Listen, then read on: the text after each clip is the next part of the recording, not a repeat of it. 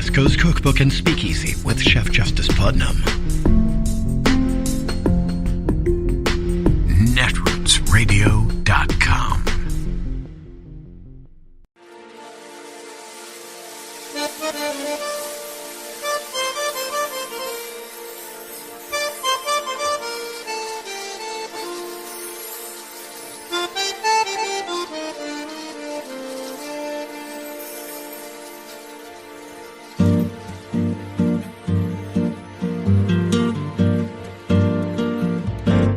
Je voudrais du soleil vert, des dentelles et des théières, des photos de bord de mer, dans mon jardin d'hiver. Je voudrais de la lumière, comme en Nouvelle-Angleterre. Je veux changer d'atmosphère, dans mon jardin d'hiver. Ma fleur sous la pluie de novembre, tes mains qui courent, je n'en peux plus de t'attendre. Les années passent, il est loin, là je tombe. Nul ne peut nous entendre. Je voudrais du Fred Astaire. Good evening, everyone. We begin the readout tonight with a little history. 49 years ago, in 1973, the American public learned that crucial evidence in the Watergate investigation into President Richard Nixon was suspiciously missing. Good evening. The White House this afternoon disclosed that something else is wrong with the president's secret tape recordings. That an 18-minute section of a critically important conversation is inaudible, consisting only of a single tone on the tape. That conversation took place just 3 days after the Watergate break-in last year, and it involved the president, H.R. Haldeman, and John Ehrlichman. That recording was critical because it was supposed to capture President Nixon's earliest reaction to the news of the Watergate break-in, but it disappeared into thin air.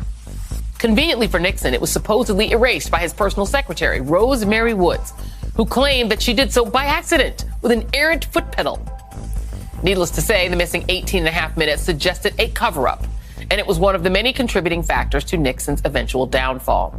Fast forward to today, and we're learning now of a new gap in another White House record, this time pertaining to the presidency of Donald J. Trump. Only this gap isn't just 18 and a half minutes. It's more than 7 hours.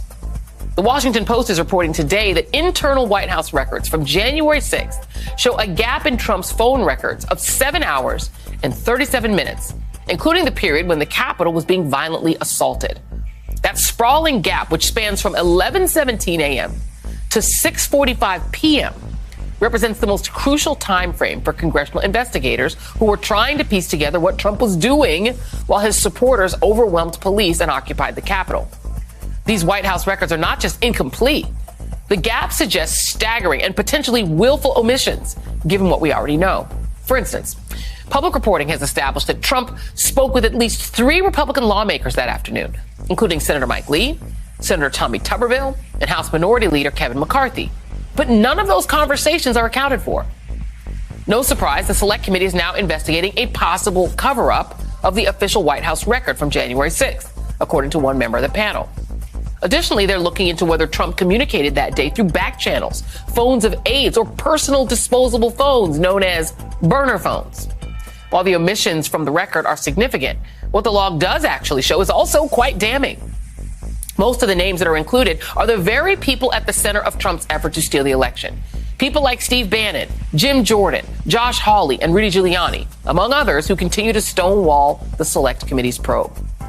They could be accomplices in what a federal judge yesterday described as a felonious attempt by Trump to obstruct the joint session of Congress. And yet, the Department of Justice has shown no sign that it's even opened an investigation, which has frustrated many on the January 6th committee. Here is Virginia Congresswoman Elaine Luria last night. I will echo what my colleagues have already said, but more bluntly, Attorney General Garland, Do your job so that we can do ours. Joining me now, Barbara McQuaid, former U.S. attorney and MSNBC legal analyst, and Nick Ackerman, former assistant special Watergate prosecutor and former assistant U.S. attorney for the Southern District of New York. And Nick, I have to go to you first. 7.5 hours is a whole lot different from 18 minutes. Your thoughts on this bombshell reporting from the Washington Post? There's no question. I mean, this is deja vu all over again. We're dealing with significant evidence during a period of time when all of this mayhem was going on at the Capitol. And the real question that's looming over all of this is whether or not Donald Trump knew that there would be violence, and participated in organizing the violence, or had encouraged the violence. If that is so, there is little doubt that he would be prosecuted criminally for what he did that day. So that is the looming question here. And we have no idea what was in that phone record. I mean, my sense is, the phone record just stops at a certain point in time and then is nothing for 7 hours, which leads me to believe he put it down the toilet or destroyed it. There also, Barbara, is evidence of consciousness of guilt. I am not a lawyer, but Donald Trump putting out a statement saying, I don't know what a burner phone is. Well, yeah, you do. Yeah, you do. He says, no idea what a burner phone is. Never heard of it. Well, John Bolton says, yeah, you do.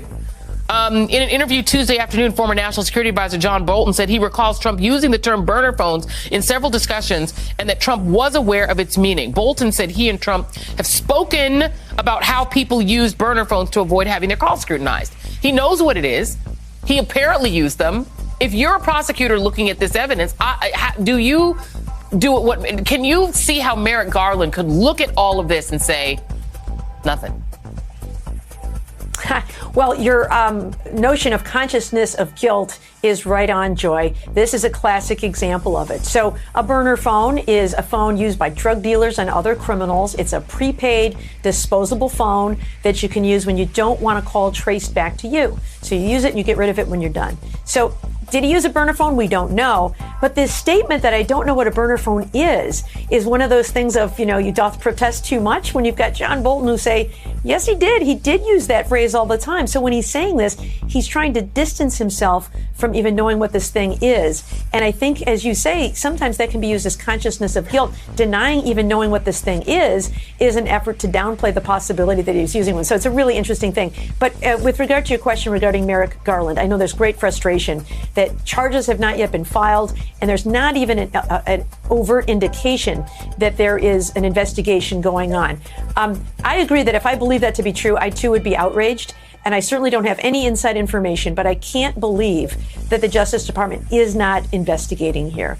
I think that people base that on the fact that there have been no leaks, and also the fact that there have been no court challenges to subpoenas, the way we've seen with people like Steve Bannon and Mark Meadows and John Eastman and the like. But there's an awful lot of investigation that can be done covertly. For example, the Justice Department has access to search warrant authority that the Congressional Committee does not have. And so the Justice Department can obtain things with sealed search warrants from providers and get all of the email content in that way, instead of relying on the user to provide it in response to a subpoena.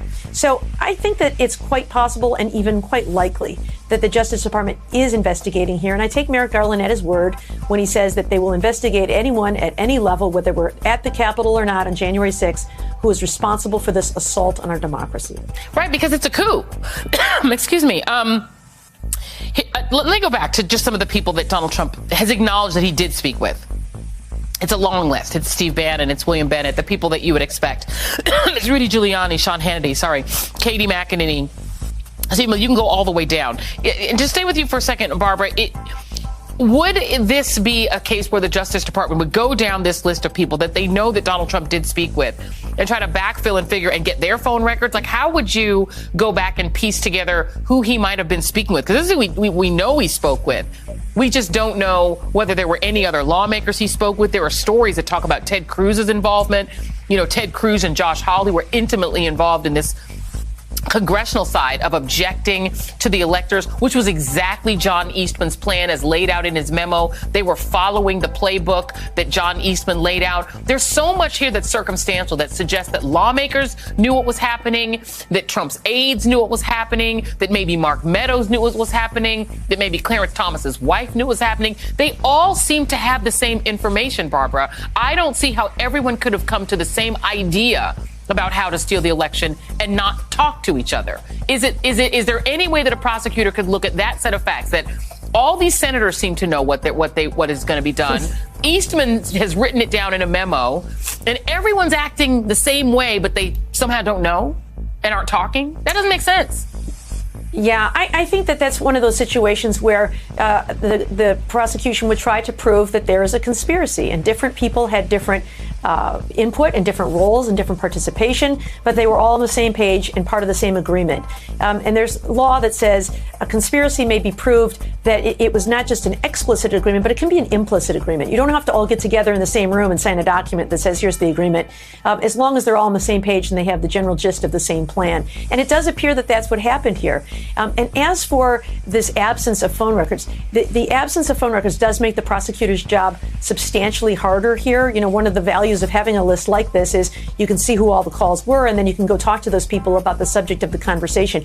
Now you have to piece it together by reverse engineering it and finding out from the callers themselves or the other recipients of the calls who they were. And it may be that some calls are now lost to being reconstructed in that way. But as you said, we do know from reporting and statements by the people on the other end of the line that there were lots of calls that day. So now what you have to do is piece together the content of the calls from that end of things. And that's going to be much more difficult. And finding out how is it that Donald Trump talked to all of these people and yet there's no record of it. It's either a burner phone, or there's been reporting that he sometimes had a habit of just grabbing a phone from an aide and saying, give me your phone, I want to make a call, and using that person's phone call to do it, a telephone to do it. So it is true that you can put together a conspiracy even if you don't have Donald Trump being the one who's communicating every directive in this plot.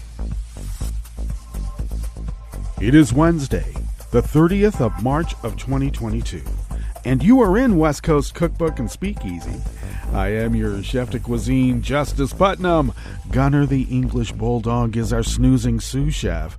And our daily special is Smothered Benedict Wednesdays. Yes, you think that it's about some sort of thing about priests and bishops that we have to be concerned with. Well, we do. But I'll tell you, you can escape into the lovely velvety hollandaise sauce over this lovely fluffy egg dish. Oh yeah. We are, after all, a culinary salon. Hey, did you watch The Razor's Edge on TMC? Have you ever watched The Razor's Edge, the original one back there in 46? It is quite good. And I only mention it because, well, today is fairly honorific of, well, Beckett, the movie Beckett, with Peter O'Toole and Richard Burton as Beckett. Great movie. Lush in terms of its cinematography. Oh yeah, it's just the art direction was top notch. It was. So if you ever get to see Beckett, check that out too. Stellar performances by all involved. And it had some of that 60s panache also, you know, sort of like the freewheeling debauchery of the day, as exemplified in Beckett's time. Which I got to tell you, debauch has been around since we were knuckle draggers. I'm just saying. Okay, but according to Laura Logan, who paid Darwin? Oh, the Rothschilds. That's right. The Jewish cabal paid off Darwin to invent evolution, not knowing that Darwin had to shorten his name because he would never have been able to get into the station of life that he was if everybody had found out that he was Jewish. Yeah, Laura. You know, those who don't know history tend to be fascists. All right. Unless you do know history and you're manipulating it for your own devious fascist ends, or are you just a foot soldier in such war? I think she's a foot soldier. Okay, got a lot of them. We got Russia calling Trump their partner, and they would like his associates to storm the White House and drag Joe Biden out of there so he can be put under a tribunal, military probably, and sent to the rock pile. And then Donnie Two Scoops can get back into office and continue doing what he's doing, like get rid of NATO and help Russia with our military might. Do you think that would not happen? Give me a break. Any conventions about, we can't have a no-fly zone. Donnie Two Scoops would give Vlad material and intelligence support. And, of course, there might be some elements within the deep state, as he calls it, that would prevent him from doing it. And why? Because they believe in America, not a mob state like Donnie Two Scoops wants, because it seems to be working for Russia so well. Once again, I got to tell you, go online and, I don't know, how about Google suburbs outside Moscow and see what they look like. They look like bombed out cities that you see in Ukraine right now. It's unbelievable. When we talk about Russia having the GDP of around Italy's, that's not a good thing. They are not a powerhouse, and it kind of shows, the way that they treat their own country and their own citizens. And they have to brainwash them to keep them from rising up with literal pitchforks, because they would do that. It's not a figurative statement. I'm telling you. Millions and millions and millions of Russians out in the hinterlands might get a little pissed off if they find out what's really going on. One Day in the Life of Ivan Denisovich. There's another literary and cinematic allusion. We do that here, because we are a salon. Yep. So we have the 7-hour plus gap in the phone records on the day of the insurrection, January 6th. And that's just ho-hum. Yep. Oh, well, it's just something Trump would do. Burner phone? Yeah, mobsters do that, and Donnie's a mobster, and he's our mobster. We love him. Unbelievable. And they tell us that we are not able to govern because of our, I don't know, we're libertines, right? We don't have any moral code. My God. Now, I've got to tell you, I'm not necessarily opposed to drug-fueled sex orgies. I mean, we did grow up when we did grow up, after all, didn't we? It's not to say everybody had that kind of debauch. But if, you're traveling around the country playing rock and roll, it might be, presenting itself fairly regularly, actually. So, like I said, I'm not necessarily adverse to it.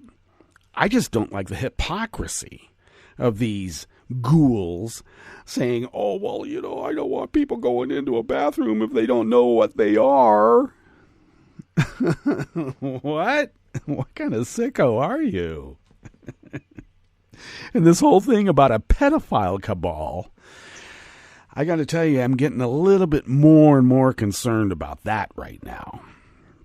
When you think about how many actual kids have disappeared, and you got some right-wing evangelicist type elected going over to the Ukraine trying to adopt scores and scores of kids right now that they can traffic. First, they got to groom them.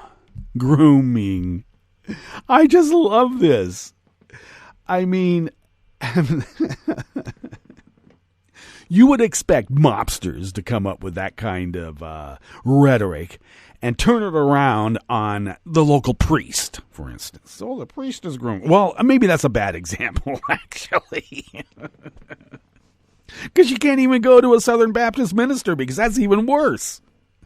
Yikes. Oh, my God. So, yeah, I mean, you could go to, the most perfect goody two-shoes and put the rhetoric back on them. I mean, it's just absolute projection.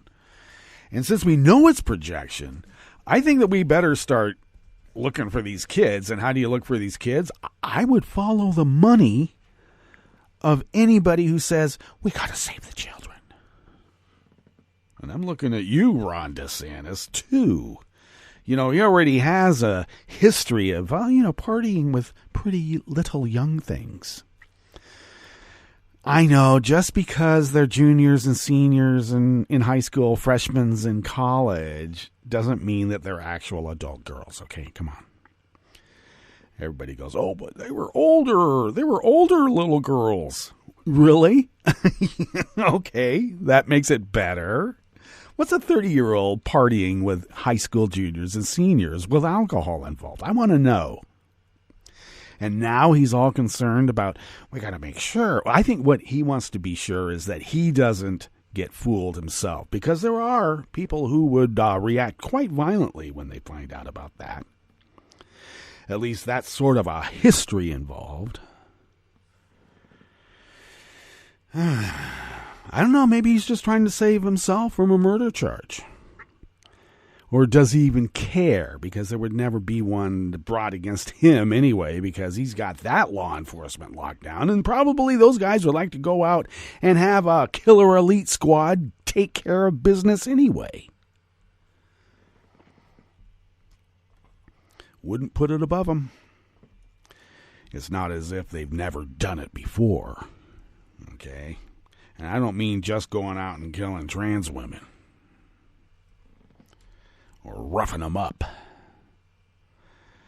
There's a long history about that kind of behavior across a wide spectrum of, shall we say, political opponents to authoritarianism.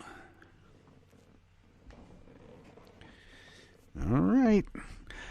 I thought a representative democracy might preclude having the slave patrols keep on. Is that part of the original intent? Might be. That's what they're banking on. And I mean that literally. Yeah, they're trying to make a bunch of money off that. Because can you imagine if indentured servitude at least is reinstated? As if it's not already. But I mean codified for real. Then we got the auction block. Family separation. Under the aegis of, God wanted us to do this because we're Christians and we know better than everybody else. Okay. All right, so we got macro and micro problems like we've always had. What's so different? Do we get all depressed about it and go, oh, woe is me, it just keeps going on and on and on? Well, I don't know. And one day in the life of Ivan Denisovich lasted for quite a while. And then he had so many more days. Thousands and thousands of them. Yeah, I don't know. Maybe it's because we are still a relatively young country as compared to other nations in the world. And we are just impatient little teenagers, if we're even that old. I don't know. Certainly not middle-aged. Of course, we might have that, bright comet flight through the air, and then, then it's gone. Seemed like a comet, but it was really just a little speck of space dust. Brightened the sky for just a moment, but it brightened the sky now, didn't it? Oh, I feel so much better. Okay, I kind of like the long haul myself because, I don't know, we're here at a certain age. It's like we got here. Yeah, I'd like to be able to just contemplate the beauty of all of this around us without necessarily contemplating all this chaos that's out to get us. And I don't mean just within the unordered sphere that we reside upon, but the universe seems rather chaotic. Oh, I know it has a grand order if you put it into mathematics. But it seems like a lot of chaos, and chaos is usually defined as that which we have no control over. That's the scariest place to be. It really is. All right. Well, enough of the metaphysics. How How are you? Okay, well, let's continue on to what we have as a regular format here to bring us back to earth and center our being. Well, as we started off in the Bistro Cafe here, that 7-hour telephone record gap suggests willful and felonious omissions about January 6th. Really now, doesn't it? I wish I could get Trump to go out, or at least hear Trump going out there bragging that his telephone record gap is way bigger than Nixon's. And it's true. It's huge. Huge. On the rest of the menu, the New York AG asked a state appeals court to enforce Trump's subpoena, considering that the guy bragged. And I got to tell you, he's nothing to brag about. I know I'm not the first one that came up with that, but I'm saying it anyway. In light of Bragg's behavior, she's got to go to a state appeals court and to make sure the subpoena gets enforced. My God. I thought no one was above the law. I suppose if you are part of a class spectrum that, whatever is the law with a capital L, that doesn't apply to you. That's not the law. A federal judge in Texas put the national security at risk by barring the Navy from taking action against anti-vax sailors. This guy's going to let infected sailors go out on the front lines. Oh, did I mention he's a Trump appointee? And the Federal Trade Commission is suing Intuit to stop its bait and switch TurboTax ads. If we didn't have these TurboTax and all of these other, H&R Block, the IRS could do it. Just tell us what the bottom line is, what we owe, and then we pay it.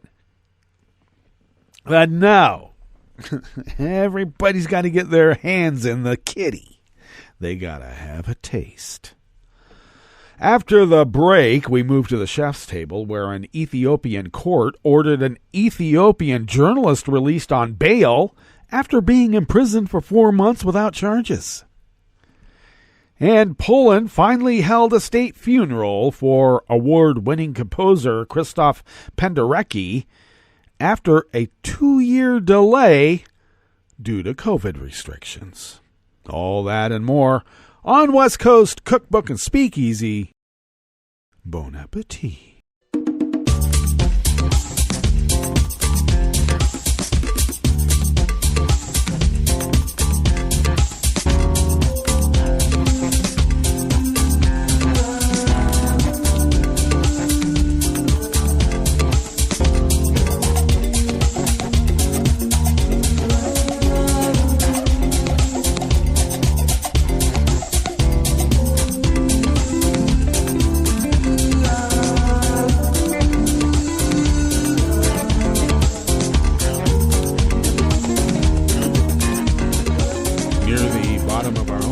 At netrootsradio.com, to the right of the page, is the chat room link, and the chat room is monitored by Kelly Lincoln. Thank you, Kelly. To the left of that chat room link, across the page, near the bottom of our homepage at netrootsradio.com, is the link to our Patreon page. And please become a recurring Patreon of Netroots Radio. We need the help. And that is no joke. Okay? Yes. I guess it's inflationary times that causes even these service providers to, gouge.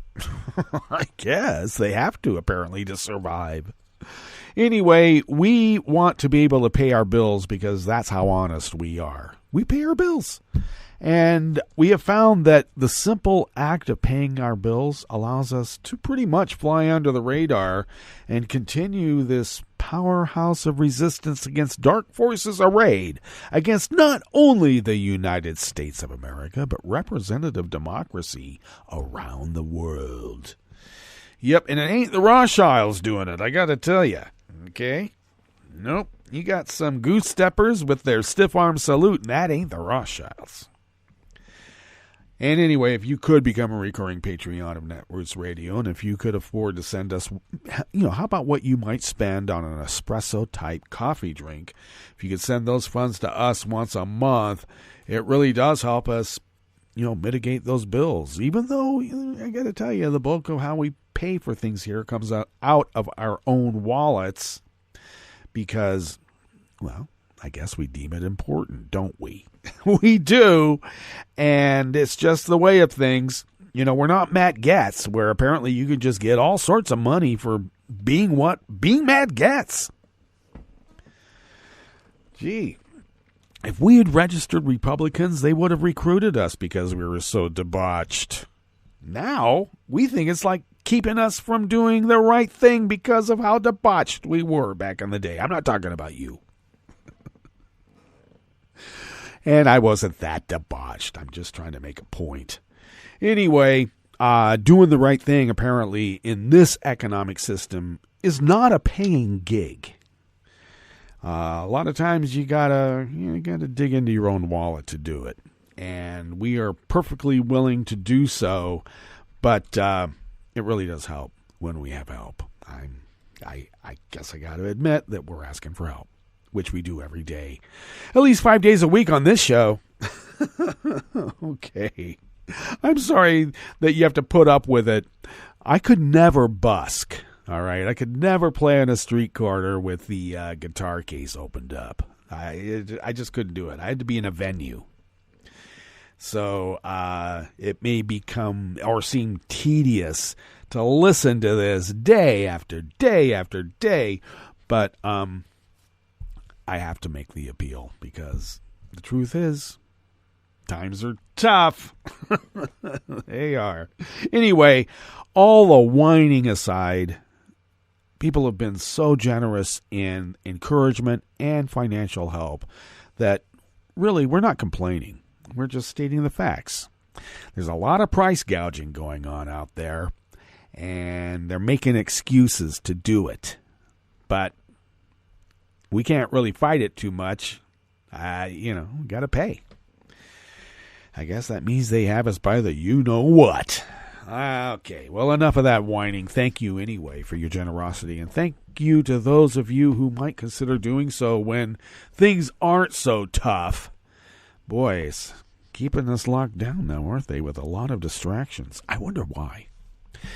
Anyway, if you would like to follow Netroots Radio on Twitter, you can do so at Netroots Radio. Tom takes care of that, and thank you, Tom, for doing that. Follow me on Twitter at Justice Putnam. I'll tell you why you should do that, because that's where I post the show notes and links diary. Well, actually, I post the show notes and links diary on Daily Coz, and then post that link on Twitter and other social media platforms. But follow me on Twitter for that, because the show notes and links have the complete reportage, not the abbreviated versions that we sometimes play around with here, because we do.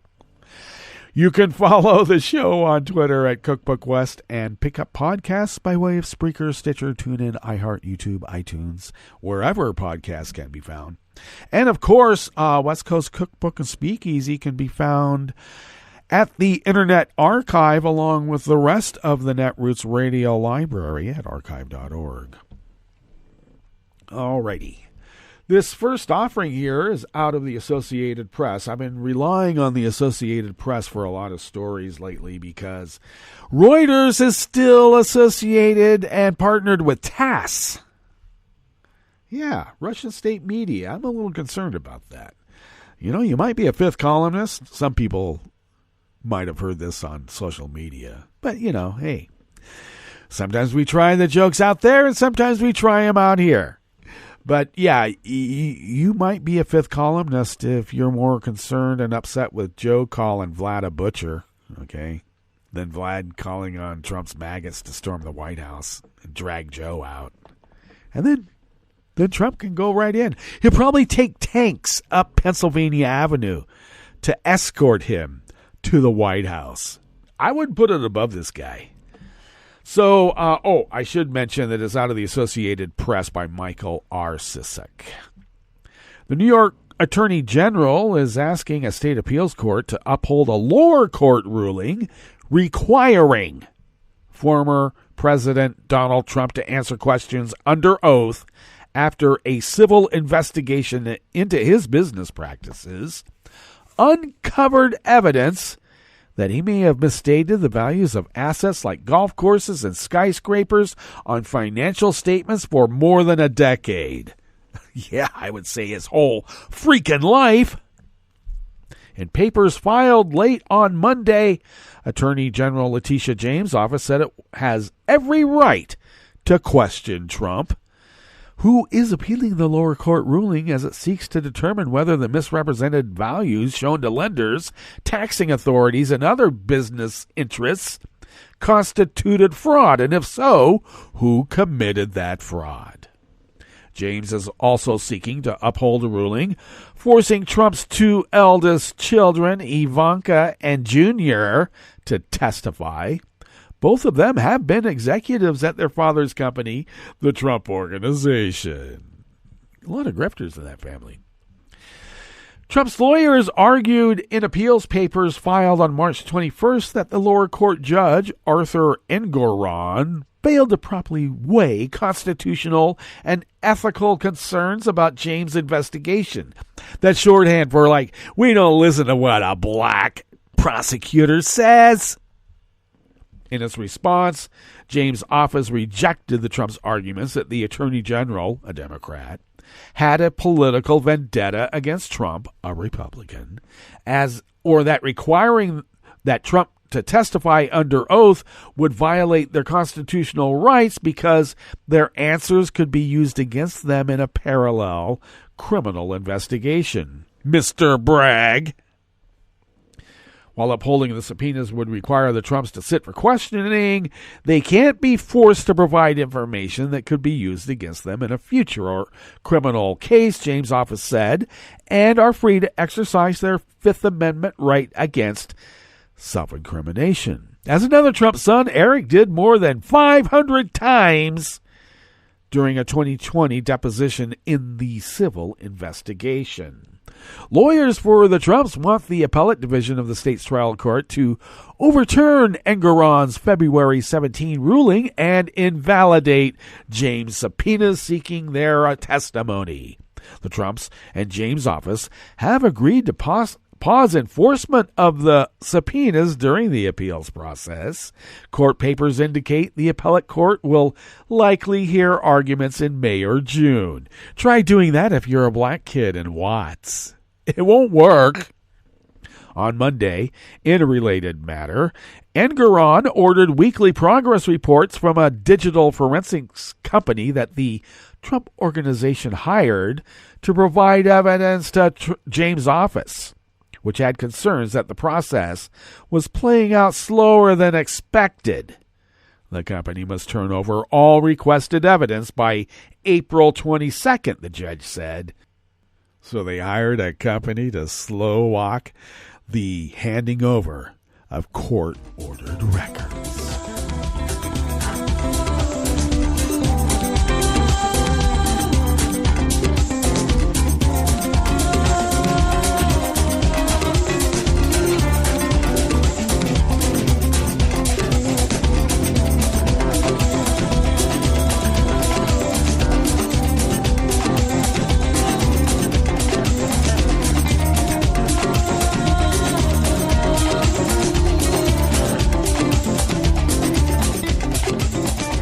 Jessica Gresco, also of the Associated Press, brings us this next offering here in the Bistro Cafe part of West Coast Cookbook and Speakeasy, Smothered Benedict Wednesdays. A federal judge in Texas is barring the Navy from taking action for now against sailors who have objected to being vaccinated against COVID-19 on religious grounds. Funny how they just came up with that. U.S. District Judge Reed O'Connor had in January issued a preliminary injunction preventing the Navy from disciplining or discharging 35 sailors who sued over the Navy's vaccine policy while their case played out.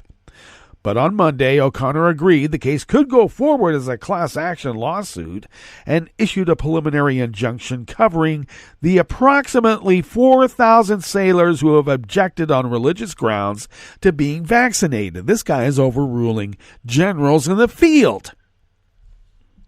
O'Connor said the larger group of sailors shared common characteristics with those who had sued. Navy SEALs who said, "I don't want to be vaccinated against a life-threatening disease that I can spread to my fellows because God told me so." Take a gun out of that guy's hand and put him in the brig. Let him contemplate on the existence of the divine there. Even though their personal circumstances may factually differ in small ways, the threat is the same. Get the jab or lose your job, wrote O'Connor, who was nominated to the bench by President George W. Bush. Okay, so it wasn't Trump. It was Bush. Defense Secretary Lloyd Austin last year made vaccinations mandatory for service members. I wonder if his skin color might have something to do with the troops in the ranks violating a general order. You know, every single one of these conscripts, they're not even conscripts, every single one of these volunteers, every single one of the officer corps, anytime they go into, quote, theater, they have to be vaccinated. Why? So they don't get sick on the battlefield and die.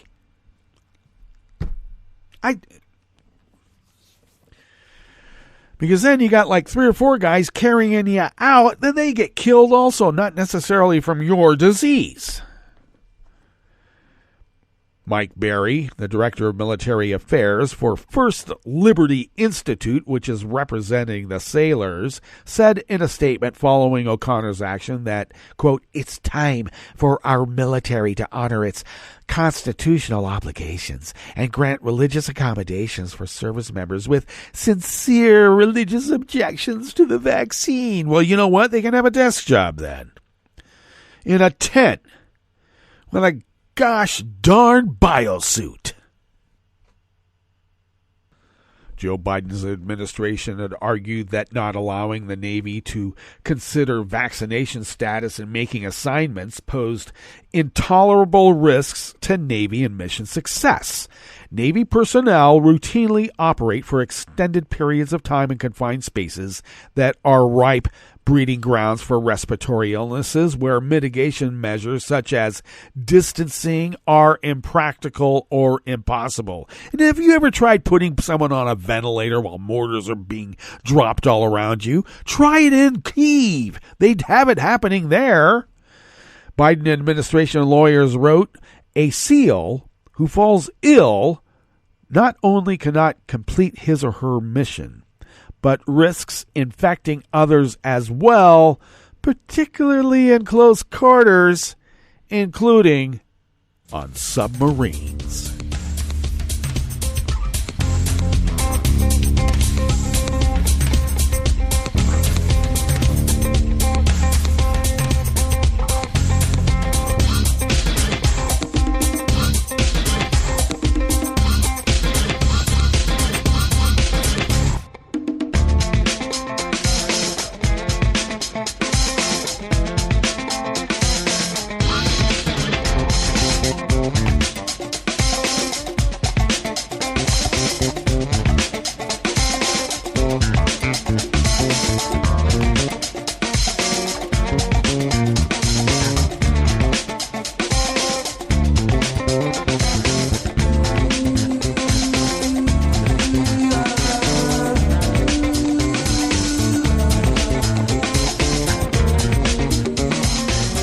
Bell of the Associated Press brings us this final offering here in the Bistro Cafe of West Coast Cookbook and Speakeasy.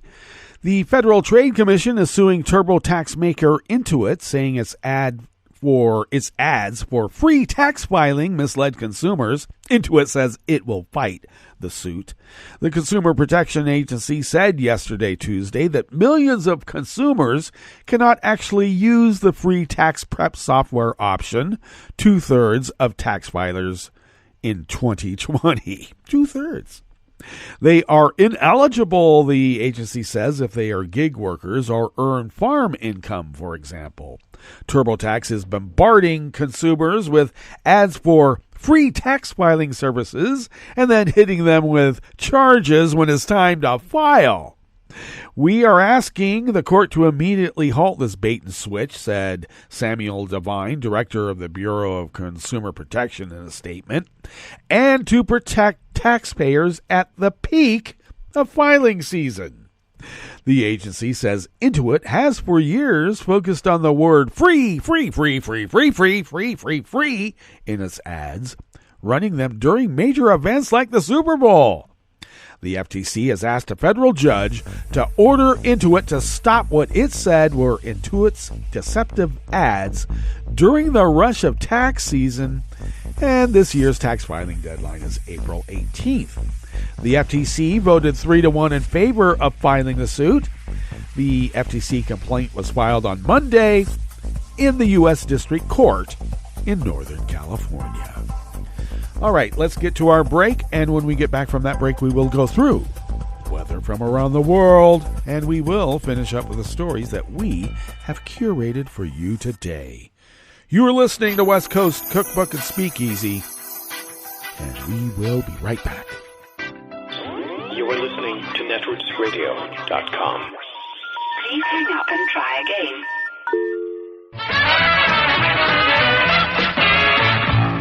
From a point at sea to the circles of your mind, a new force is at work for planetary transformation. New radio for a new Earth.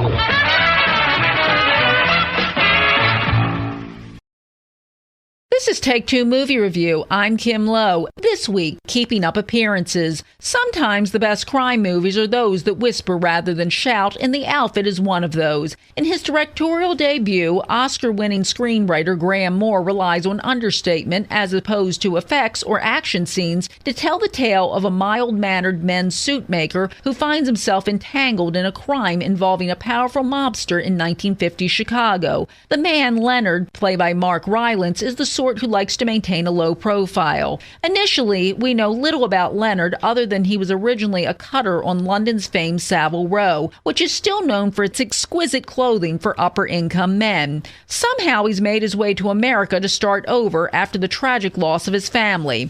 Leonard always points out that he is a cutter, not a tailor, as the latter merely sews while a cutter actually designs from a client's individual measurements.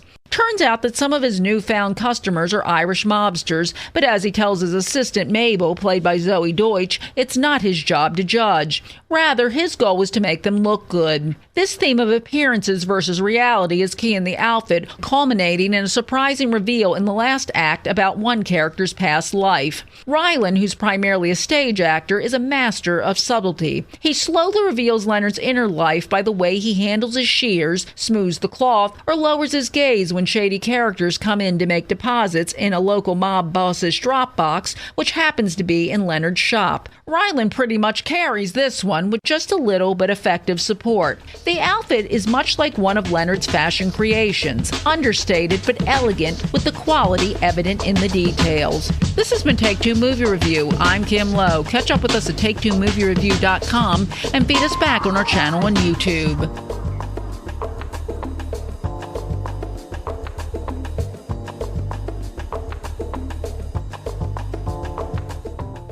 Hi, I'm Tom Hartman, and since you're listening to netrootsradio.com, show your progressive side and go to the donate button on the bottom of the homepage. It's progressives like you who power Netroots Radio and keep the progressive message beaming everywhere 24 hours a day.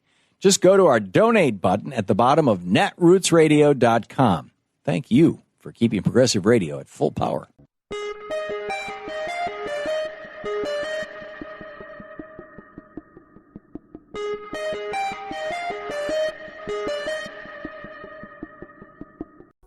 I'm Rick Smith, and this is Labor History in 2. The most important word in the language of the working class is solidarity. Those inspiring words were spoken by labor leader Harry Bridges, who died on this day in labor history. The year was 1990. Harry was born into a middle-class family in Melbourne, Australia. At the age of 14, his father put him to work collecting rents in Melbourne slums, an experience that gave young Harry a heart for struggling people. At 16, he joined the Merchant Marines, landing in the United States just 3 years later. At the San Francisco docks, he joined the International Longshore Association, which was organizing against the company union. On May 9, 1934, Harry helped lead a strike of the West Coast docks. Furious shipping company owners and politicians retaliated violently on what became known as Bloody Thursday. Police beat, shot, and wounded longshoremen up and down the coast. Employers offered Bridges a $50,000 bribe to win his support, but he refused. The union's leadership brokered a deal to end the strike, but the dock workers roundly rejected it. Instead of settling, Bridges contacted other unions at port cities and convinced them to support a general strike. The general strike lasted 4 days and won the longshoremen an agreement that included shorter hours, increased pay, and safer working conditions. 3 years later, Bridges split from the International Longshore Association and helped found the International Longshore Workers Union, affiliated under the CIO. Harry became the West Coast director for the CIO. Throughout his life, Harry advocated for democratic unionism, including open mics at meetings, direct elections of union leaders by rank-and-file membership, and member referendums on contract proposals. The U.S. government continually harassed Bridges, accusing him of communist sympathies. Despite this harassment, the ILWU became one of the leading voices of the U.S. labor movement. Labor History in 2 brought to you by the Illinois Labor History Society and The Rick Smith Show.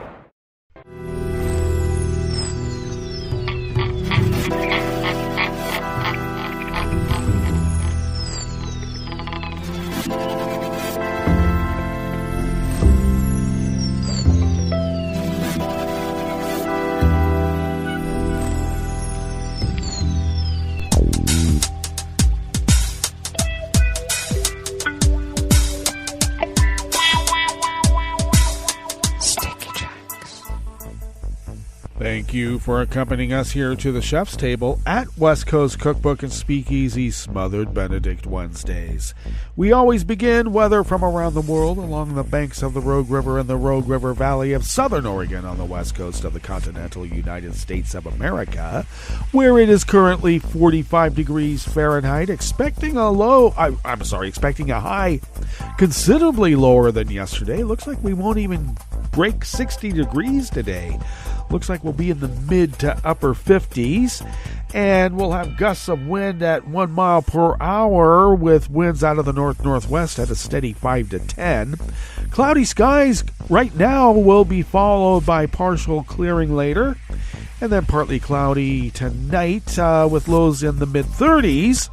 Winds out of the northwest at 5 to 10 miles per hour. Intervals of clouds and sunshine tomorrow with highs around 60. And winds out of the north at 5 to 10 miles per hour. Did you know that confirmed cases continue to rise? I just don't understand it. I went to the store, unfortunately, yesterday because I had to. And I was only one out of 5 people in a fairly crowded big box store getting groceries that were wearing masks. Okay, if you think it's over, I'm sad to tell you it's not, because in this county, our confirmed cases continue to rise as well as deaths.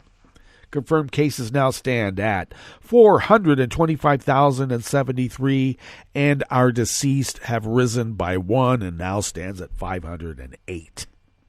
I'm wearing a mask, washing my hands, socially distancing, and all the other precautions that we have to do, like ventilation. The only good fact about being in this big box store is that it's got high ceilings, and I got to tell you, a pretty good ventilation system. But still, wear a mask. Grass pollen is rated low right outside the window here in Rogue River proper. The air quality index for the region is good at 35 parts per million, and the daytime UV index has spiked into the high range at level 6. Ouch. Barometric pressure is rising at 30.25 inches. Visibility is up to 10 miles. And relative humidity is at 75%. Weather from around the world is brought to you by a crowd of crowdsourced weather stations that a crowd crowdsources from around the world. London is 52 and mostly cloudy. Paris is 55 and cloudy. Rome is 56 with a rain shower and a flood advisory. Kyiv is 48 and cloudy. Kabul is 56 and clear. Hong Kong is 74 degrees and fair. Tokyo is 60 degrees and partly cloudy. Sydney, Australia is 67 with a heavy rain. San Francisco, California is 50 degrees and cloudy. And New York is 38 degrees Fahrenheit and partly cloudy. And that is weather from around the world, brought to you by a crowd of crowdsourced weather stations that a crowd crowdsources from around the world.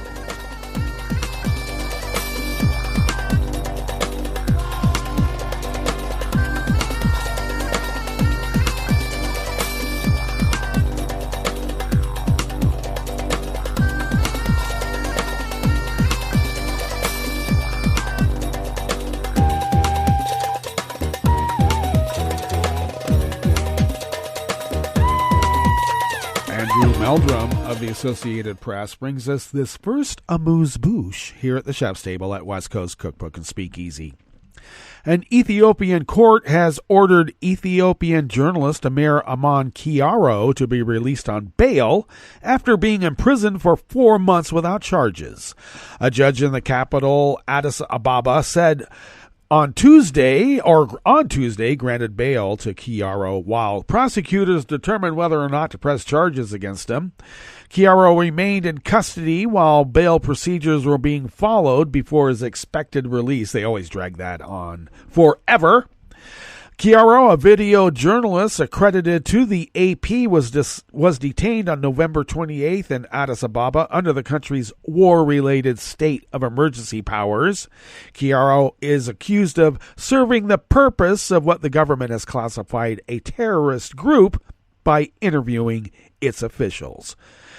Local journalist Thomas Angida was arrested at the same time and faces similar charges.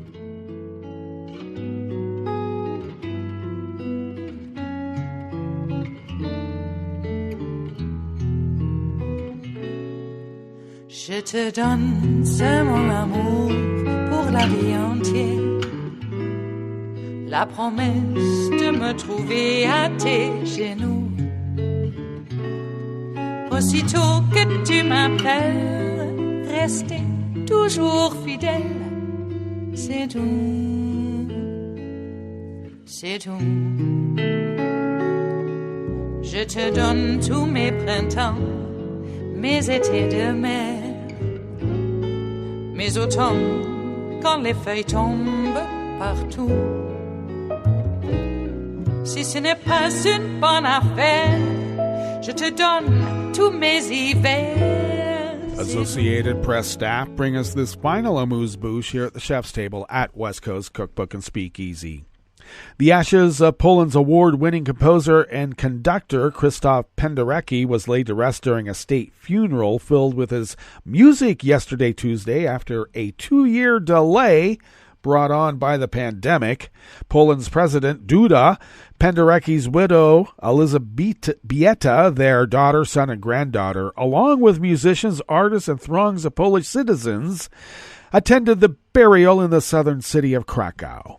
Penderecki died in Krakow on March 29th of 2020 at age 86, but COVID-19 restrictions led to a lengthy postponement of the renowned composer's funeral. Penderecki was one of the world's most popular contemporary classical music composers. His powerful, sometimes menacing music was used in Hollywood movies, including Kubrick's The Shining, Scorsese's Shutter Island, David Lynch's Inland Empire, and William Friedkin's The Exorcist. He was best known for his orchestral and choir compositions, although his range was much broader. Rock fans know him from his work with Radiohead's Johnny Greenwood. A violinist and committed educator, he built a music center across the road from his home in Lusowice in southern Poland, where young virtuosos could perform and learn with world-famous masters.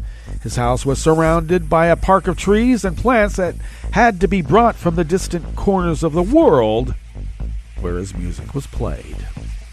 Well, that brings us to the end of our broadcast period for the day, but you do know Netroots Radio broadcasts on, and we will meet up tomorrow for Metro Shrimp and Grist Thursdays. So do stay tuned to Netroots Radio all day and all night for all the breaking news as it breaks. And we'll meet up here tomorrow, right here in West Coast Cookbook and Speakeasy. Bon appetit.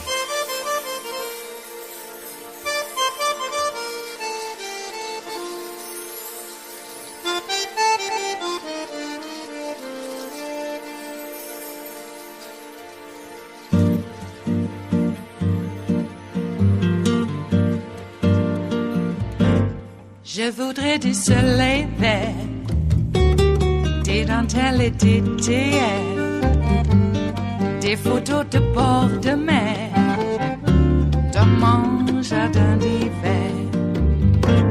Je voudrais de la lumière, comme en Nouvelle-Angleterre. Je veux changer d'atmosphère, dans mon jardin d'hiver. À fleurs sous la pluie de novembre, tes mains qui courent, je n'en peux plus de t'attendre. Les années passent, il est loin, là je tombe. Nul ne peut nous entendre. Je voudrais du Fred Astaire, revoir un latte Goël. Je voudrais toujours te plaire dans mon jardin d'hiver. Je veux déjeuner par terre, comme au long de golfe clair, t'embrasser les yeux ouverts dans mon jardin d'hiver.